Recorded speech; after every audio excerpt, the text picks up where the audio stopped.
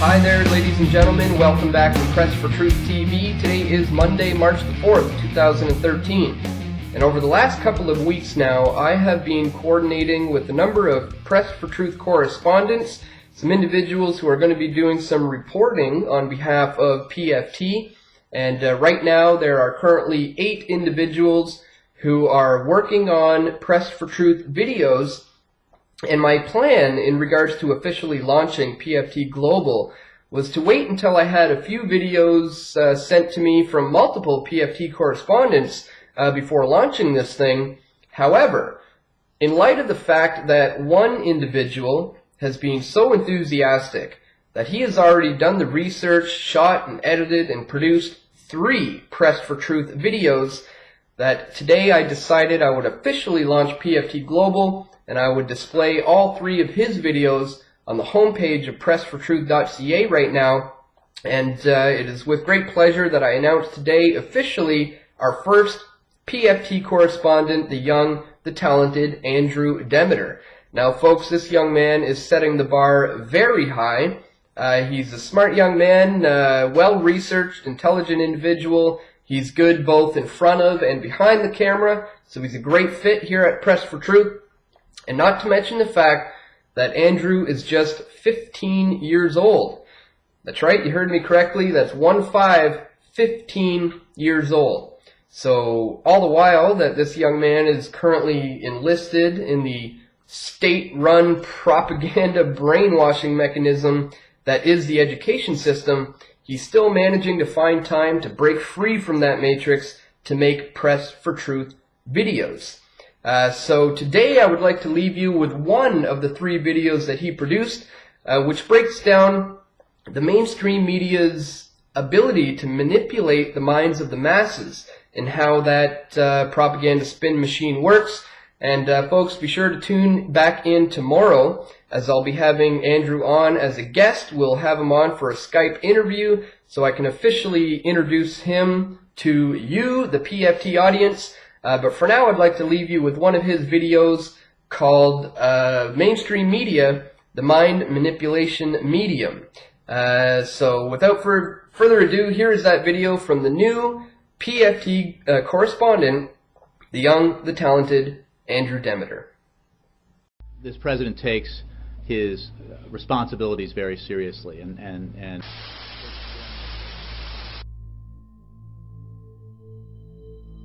contrary to popular belief, the process of mind manipulation or control doesn't require sci-fi gadgetry or hypnotism.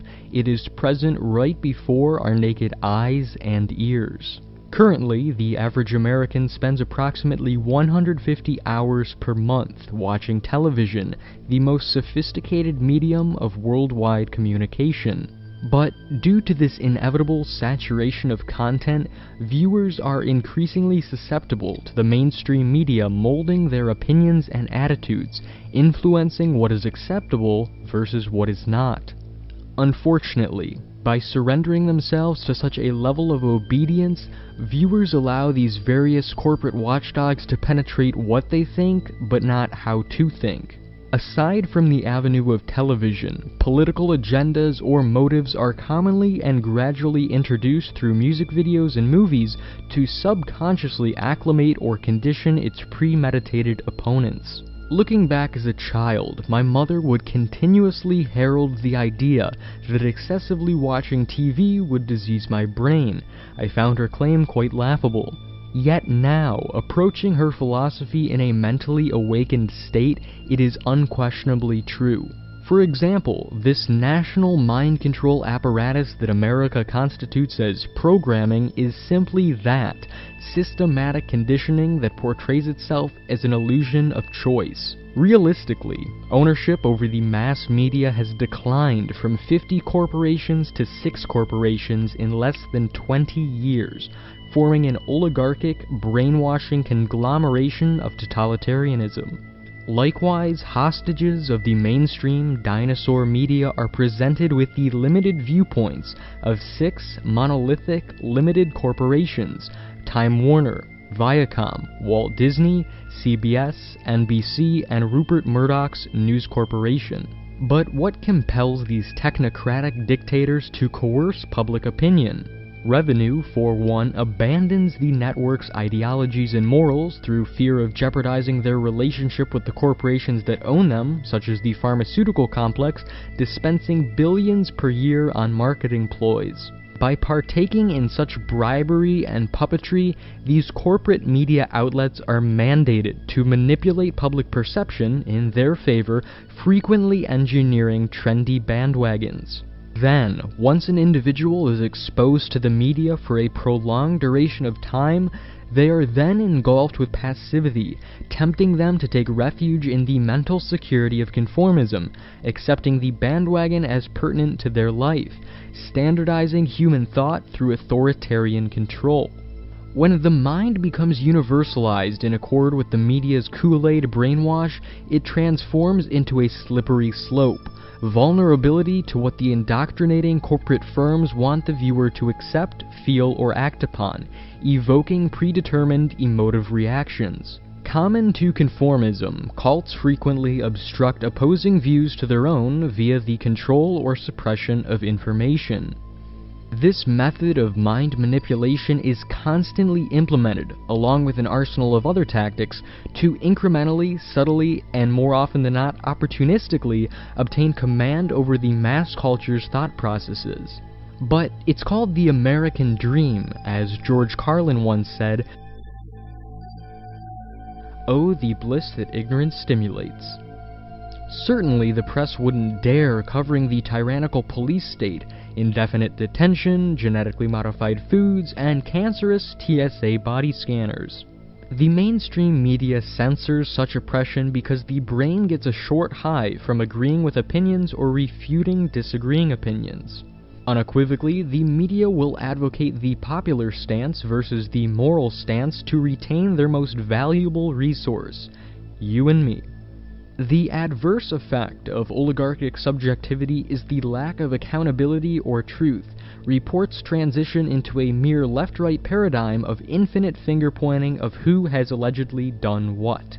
The mass media ritualistically portrays ideas, or quote-unquote news, in union with an intellectual taint that, to most, is deemed as incomprehensible. This surrender to complexity that viewers undergo aids in the mind manipulation scheme, because the most powerful propaganda is that which is unseen.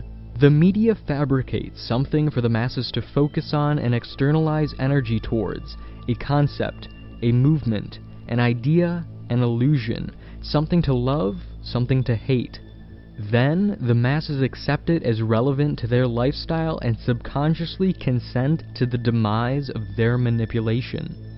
The media is a weapon of mass distraction that uses flashy ads to promote consumerism, to elude from and camouflage the superficial fulfillment of humanity. On the other hand, even the most critical of media analysts lack the proficiency to detect subconscious manipulation through the atmospheric mood of a set, namely through specific colors, lighting, words, or props and their arrangement. Similar to false advertising encouraging consumerism, deception exploits the gap between the viewer's perception of reality and reality itself, generally imposing disinformation. This cleverly constructed trickery for covert public consumption is a highly specialized form of propaganda that mixes poison or lies with reality for the release of subjective and biased headlines at the corporation's desire.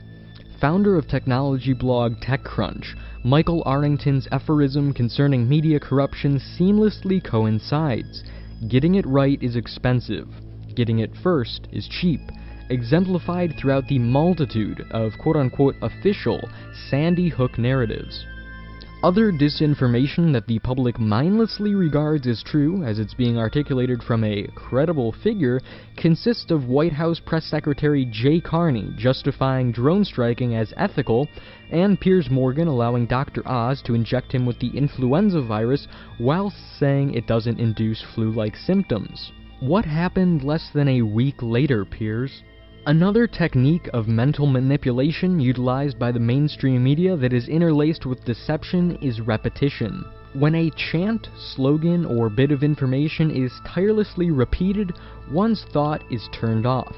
Absent are the processes of rationalization, logic, or common sense. If you're taking notes of a presentation while the speaker explains himself, it becomes nearly impossible to retain all the knowledge presented. Eventually, the repetitious echo reshapes itself into the truth, or rather an individual's perception of the alleged truth as opposed to actuality. If you are repeatedly inundated with lies and positively reinforced by doing so, those lies will ultimately, in your eyes, be perceived as the truth.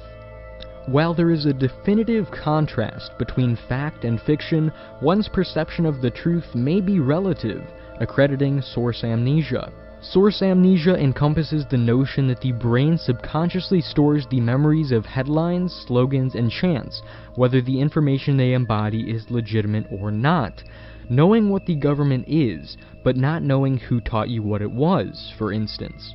News organizations often stir up or implicate source amnesia through the detrimental exploitation of headlines with question marks, incredible sources, or quotes around unconfirmed terms.